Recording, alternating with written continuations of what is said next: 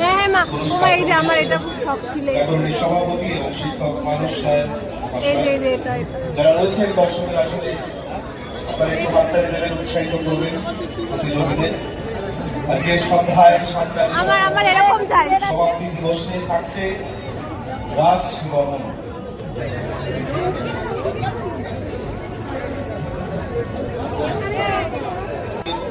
সম্পাদক বিনোদ দাস এটা bodycon style.